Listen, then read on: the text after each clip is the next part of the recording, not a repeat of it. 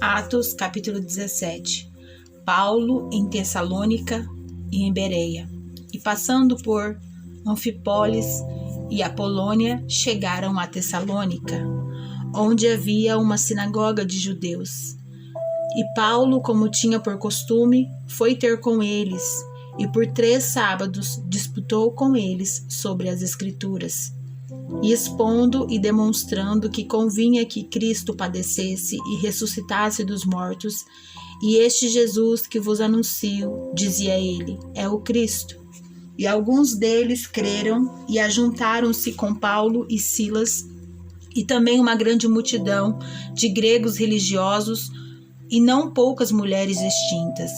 Mas os judeus, desobedientes, movidos de inveja, tomaram consigo alguns homens perversos dentre os vadios, e ajuntando o povo, alvoroçaram a cidade, e assaltando a casa de Jason, procuravam tirá-los para junto do povo. Porém, não os achando, trouxeram Jason e alguns irmãos à presença dos magistrados da cidade, clamando: este que tem alvoroçado o mundo chegaram também aqui, os quais Jason recolheu. Todos esses procedem contra os decretos de César, dizendo que há outro rei, Jesus. E alvoroçaram a multidão e os principais das cidades, que ouviram essas coisas. Tendo, porém, recebido satisfação de Jason e dos demais, os soltaram. E logo os irmãos enviaram de noite Paulo e Silas a Bereia, e eles, chegando lá, foram à sinagoga dos judeus. Ora, estes foram os mais nobres do que os que estavam em Tessalônica, porque de bom grado receberam a palavra, examinando cada dia nas Escrituras se essas coisas eram assim. De sorte que creram muitos deles, e também mulheres gregas da classe nobre, não poucos varões.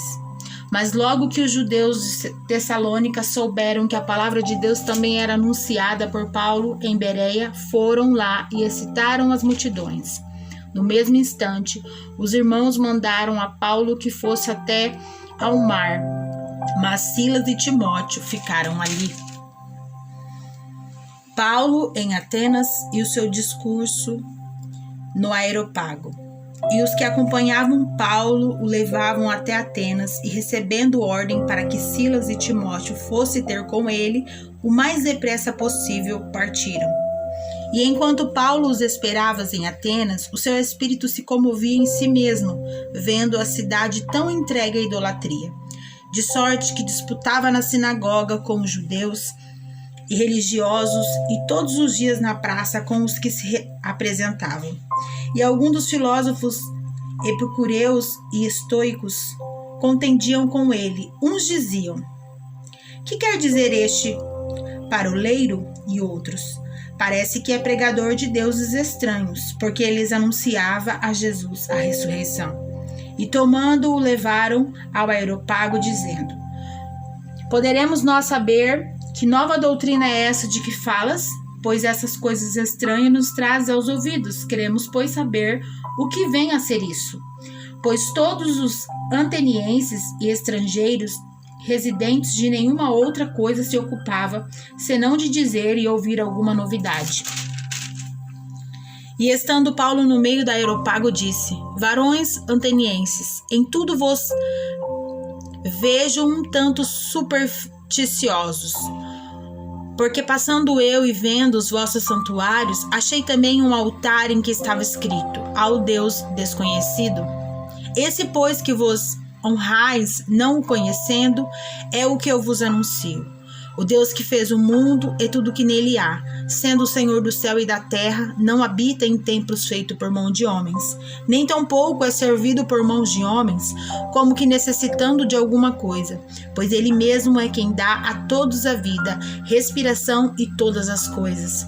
E de uma só fez toda a geração dos homens para habitar sobre toda a face da terra, determinando os tempos já dantes ordenados e os limites da sua habitação, para que buscassem ao Senhor, se porventura tateando o pusessem achar, ainda que não está longe de cada um de nós, porque nele vivemos e nos movemos e existimos, como também alguns dos vossos poetas disseram, pois somos também sua geração.